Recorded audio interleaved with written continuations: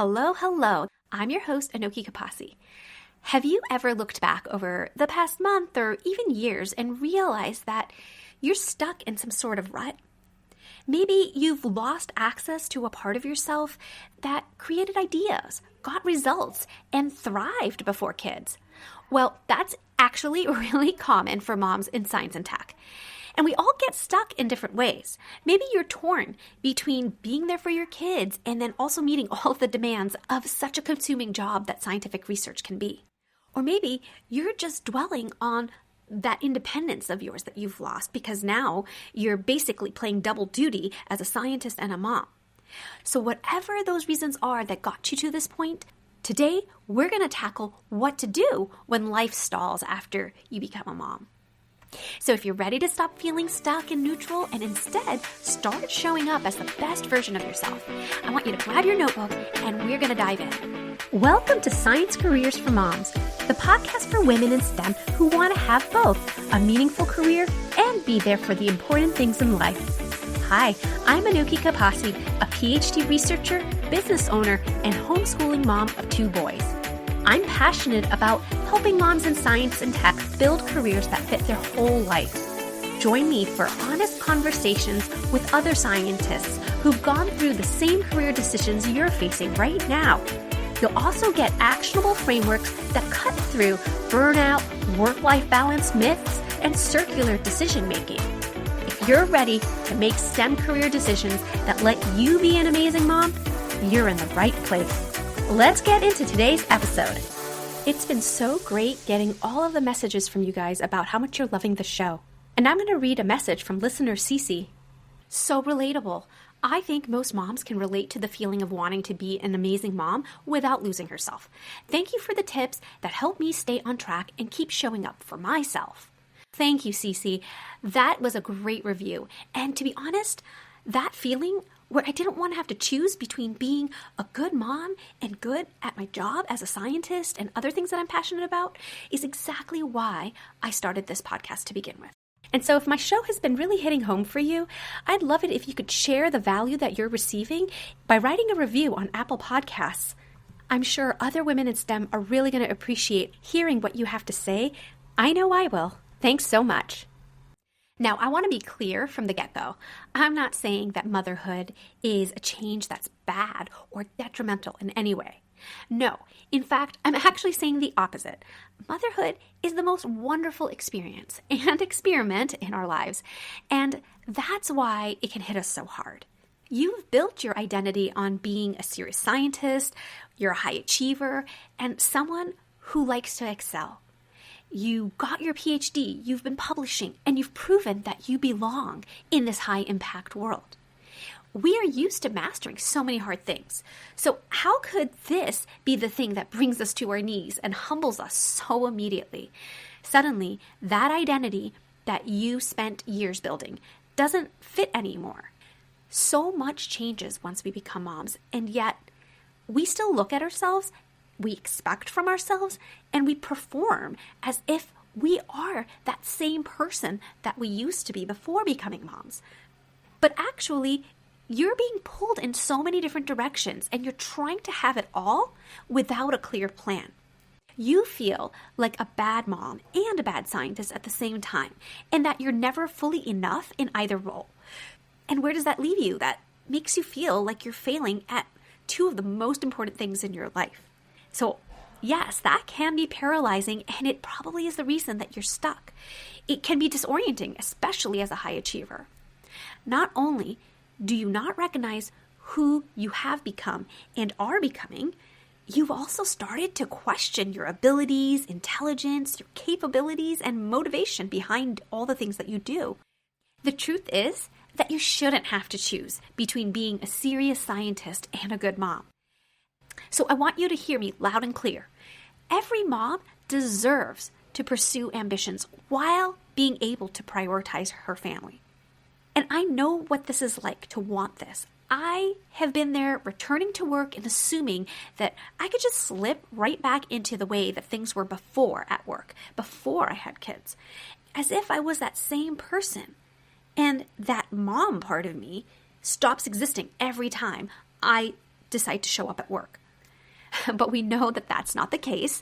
And when we hold on to such outdated versions of ourselves, it will, of course, lead to creating some tension. Becoming a mom, as wonderful as it is, can cause so many parts of our life to just feel really imbalanced. So until we can get things aligned in our lives to feel aligned and normal, we are going to stay stuck. But here's what I've learned. Even hardcore scientists can have success in both work and in their mom life. The key is that you don't want to force that old version of you into this whole new life and context that you're living. What you need to do instead is to recognize who you are right now. What are your priorities now? And what of your resources are available to you? What has changed since you become a mom? So that's what today's episode is really about. I'm going to be sharing a self-discovery framework that's going to help you choose a new identity. And with this clearer picture of who you are, you can then shift your beliefs, which then allows you to change your actions and get the results that you want and need. You will get totally unstuck, and it all starts with self-discovery. So how do you actually do this? How do you move from being stuck in life after becoming a mom to feeling whole and aligned and actually living that ambitious life? Okay, I'm going to walk you through 3 really simple steps. And they are simply ask, analyze, and act, the triple A. So step 1 is all about asking yourself questions. And we do this through a series of self-discovery questions and exercises. The thing is that you can't change what you don't acknowledge, right? And so that is why the first step is to get reacquainted with yourself and also to consciously choose a new identity. So not only are you checking in with yourself and trying to figure out who you are and what's important to you, what has changed, but then you get to decide for yourself who you want to become. And soon, all the actions and the results of being that person will come to fruition. So you're going to ask yourself some very targeted questions using what I call the identity timeline framework. This is a structured self-discovery set of exercises that helps you see patterns across your life. So you're definitely going to want to write your answers down to help you with the next step, okay? And what I want you to try is to first think back to a time before motherhood when you felt most like yourself. What were you doing? What mattered to you? Okay, so that is the question that makes you look into your past. And now we're going to shift and move to the present. I want you to think about today. What feels off? What's not quite synced up? Okay, we're trying to get at the root cause of why you're stuck. What parts of that old identity still work for you and serve you, but what other parts really need to evolve to help you get unstuck? All right, and now is the choosing part, the designing part. Okay, we're going to look forward into your future, and I want you to think, if you could design your identity from scratch today, knowing what you know about your values and your family and your career, what would you choose, right? I don't want there to be any barriers in your thinking. I want you to just be free in deciding who you want to be, how you want to live your life. So these 3 sets of questions alone can spark major clarity for you. The identity timeline framework is actually inspired by how we conduct epidemiological studies in research. As scientists, we actually look at data from the past. Those are retrospective studies. And then we examine the snapshot in the present. So those are cross-sectional studies. And then we also like to follow outcomes into the future through prospective studies. Now, when you combine data that comes from all 3 kinds of studies, you get that full perspective. You actually have this powerful 360-degree view of what's actually happening. And so I realized that we could use the same approach for self-discovery. We can examine your identity across your past, your present, and your future, and it is going to help you see patterns and make associations and even align decisions. And as you can see, this part is pretty simple. It's just pausing long enough to ask yourself these basic questions, right? But don't get fooled by the simplicity. There's a very good reason why this is going to work. A couple of years ago, I read the book Grit by Angela Duckworth, and she had shared some research on grit that shows that people who have a clear sense of their identity, their purpose, well, those are the people who stick with their goals longer. That's what separates the people who achieve and succeed and get things done from the people who tend to fade out and quit or might have ambitions but not actually fully pursue them to the end. And so that is why this is a science-backed approach. You need to have clarity on your identity in order for you to be able to achieve and get the results that you want. Because, like I said, your identity drives your beliefs. Your beliefs are going to drive your actions, and then your actions are going to create the results that you want and get you unstuck. But if you're going through your life with holding on to this outdated identity, then you're going to keep taking actions that don't match who you want to become. Think about an old pair of clothes, right? Maybe ones that don't fit you, they're maybe even torn and not in the best shape. You're going to look out of place, you're going to feel out of place, and even from a practical stance, maybe it's uncomfortable to move and you just can't get what you want to get done properly. So in the same way, our identity needs to evolve with us because an outdated identity is just not going to serve us anymore. Now that you've reflected on who you were, who you are, and who you want to become, this next step, step 2, which is analyze, is all about assessing which version your current daily life actually matches. And so here's what you want to notice. You want to notice what you say, feel, and do. So these are your words, internally and externally. So for example, what do you consistently say to yourself? Here's some examples that clients have confided they say to themselves. I'm not good enough. I should be further along. I just need more discipline. Other people manage full-time careers with kids, so I'm wondering what's wrong with me. When you see things that feel off, maybe things you wouldn't say to a friend, these are examples of things that you're saying to yourself that are making you stay stuck.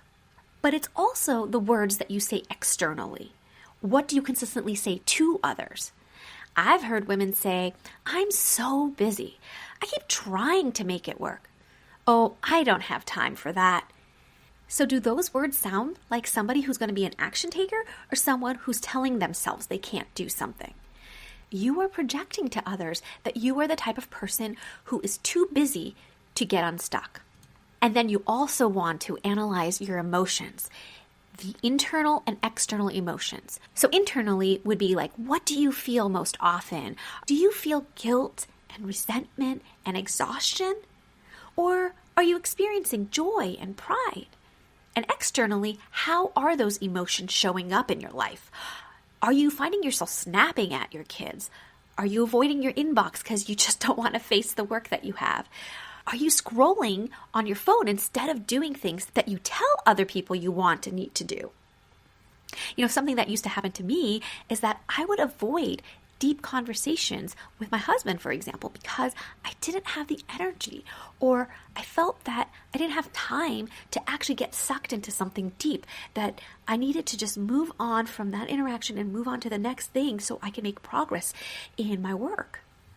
But living that way didn't align at all with my values and how I wanted to live my life. And a third important thing I want you to analyze are your triggers. Knowing what your triggers are will bring you so much insight about yourself. What makes you think, say, feel, or do those things that you just analyzed? Is it that you're comparing yourself to others? Do you find yourself falling into the perfectionist trap? Maybe you fear judgment of other people. Perhaps all of those old shoulds are resurfacing, maybe from grad school or your upbringing. There are so many different ways that people get triggered that lead them to get stuck, and you have to try to figure out what those might be for you. And finally, by reviewing your responses, you can also start getting a sense of what feels off. I want you to understand your level of alignment or misalignment. Sometimes it can be really black and white, and there clearly is something wrong, right? But often it's a little more subtle. Like you're wanting to do one thing, but you're landing somewhere else. You're saying one thing, but then doing something else. Perhaps you're attracting opportunities or people who don't actually fit with the life that you want to live and your values and the type of work you want to do. So here's the key. You're looking for a mismatch between your heart and your mind when what you believe about yourself, that's your identity, doesn't match what you're actually doing, your actions. Well, then there's this fragmentation of who you think you are and who you actually are. And that's also when we fall into that I'm a bad mom and I'm a bad scientist kind of trap. Now, here's an example from someone that I interviewed in the past. She was saying yes to everything at work because she thought that if she said no, it would be a sign of weakness. And she just had a really strong mission to continue with her very important work. So she was basically trying to prove her value through her work and was pulling these really long hours at her corporate role in a healthcare company. And what she realized was that she was actually living like her pre-kids version of herself, as if that was the lifestyle that she could still manage. But that version of her didn't have 2 kids, one with asthma who needed her in the middle of the night. And her body could no longer function on just 5 hours of sleep anymore. And what she deeply desired wasn't solely to be a leader at work. She also really wanted to be present for her family while also feeling like she could make a difference through the leadership at work. She wanted both, but do you see that mismatch of her heart and her mind? Once you see these patterns clearly, you can ask yourself, what do they reveal about my identity and where I'm currently living from? And what identity would actually create a different pattern for me, one that aligns with who I actually want to become? And so that's what you'll formalize in the next step, step 3. So what this step 2 is really doing is identifying our cognitive biases. So noticing your patterns is the first step in correcting these cognitive biases because you can't shift what you don't see. So step 3 is to then act, to shift away from those cognitive biases. Once you see the gap between the identity that you actually want and the patterns that you're currently living that are holding you back, in this step, step 3, you are actually closing that gap. And you can do this by creating a written contract. Yes, literally a contract. I call it a personal code of conduct. And this is going to define and articulate who you're choosing to be. It's a promise you make to yourself. This is where the self-discovery is going to turn into action. And the best way to do that is to make a promise to yourself. You really need to formalize it. Once you write up this contract, you're agreeing to the terms of who you want to be and how you want to show up, and I even suggest that you sign it. And to make it even easier, I have a template that you can download from my website. Just go to solveformom.com and click on the resources button. I'll link that in the show notes as well for you to download for free. And it has instructions that are going to guide you to fill it out. But if you're listening to this episode while you have the PDF in front of you, this is how you do it. First, I want you to define your values, and I need you to be specific because the words actually matter, right? Smart as a value is very different from wise. Honest is really different from being authentic. So write down 3 to 5 core values that reflect this redefined identity of yours and be very honest and accurate about the words that you use.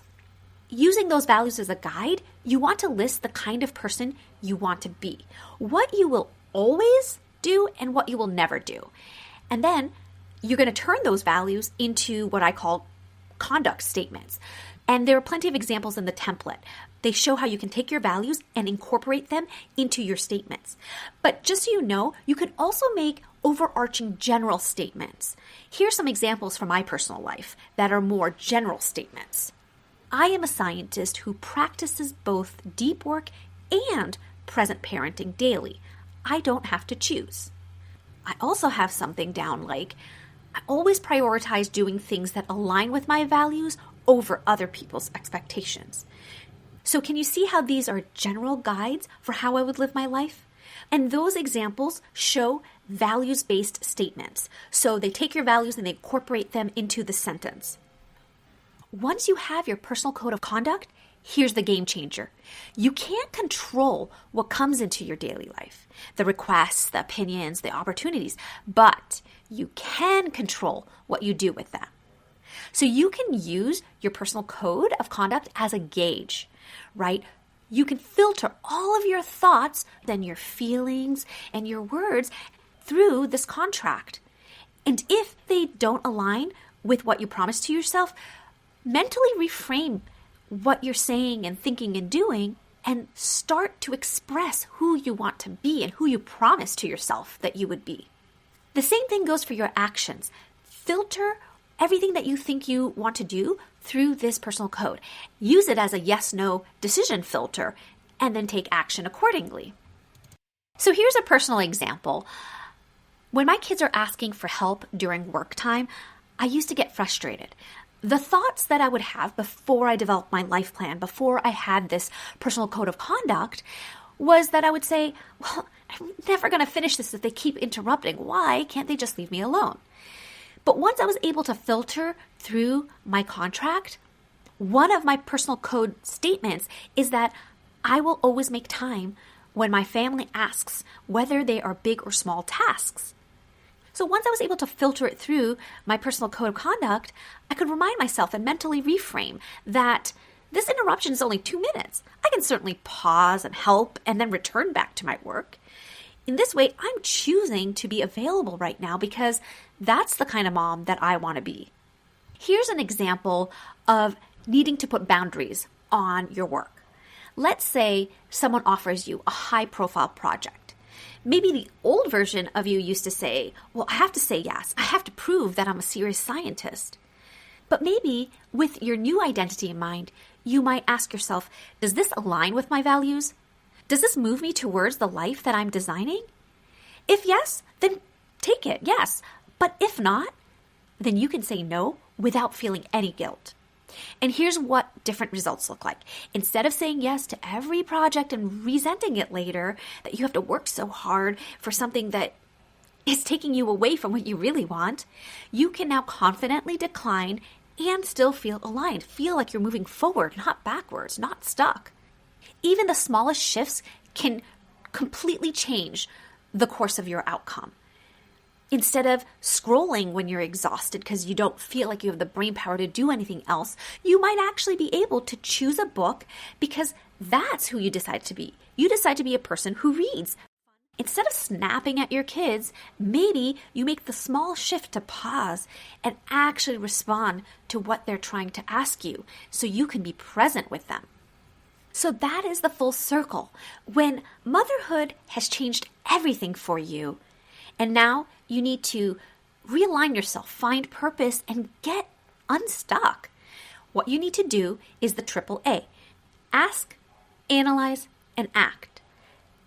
Ask yourself questions and reflect through self-discovery exercises so that you can get back in touch with who you are and choose who you want to be. Analyze your patterns of thoughts, emotions, triggers, and alignment so that you can see where that fragmentation is happening. And then act according to your personal code of conduct. That is going to be your filter, and it's a promise you're making to yourself, so you want to really stick to it. And the point of this triple A cycle is that by changing your identity, you can then change your beliefs and then change your actions, which will get you unstuck so that you can experience different results. That is the full pathway.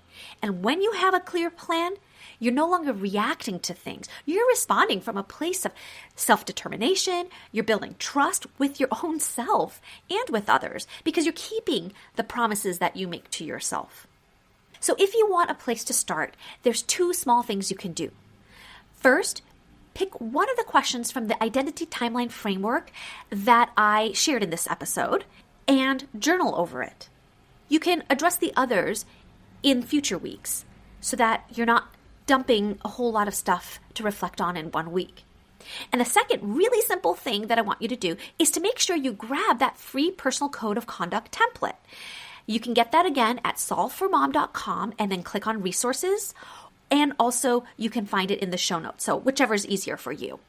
I really hope that the questions that I have and this whole cycle will really spark major clarity for you and give you a place to recenter yourself. You get to choose who you're becoming. And that choice, it's going to change everything in the pathway to get results. I hope today's episode will help you make your next right move as a scientist and a mom. And if you enjoyed it, would you share it with a friend or post it on your social media? Your voice truly helps other women in STEM find these conversations when they feel stuck. I also want to make this show an even greater experience for you. So it would be amazing to hear what you think when you leave a review on Apple Podcasts. And don't forget to add this show to your playlist right now. Thank you for making my show a part of your day. And I'll see you soon for another episode of Science Careers for Moms.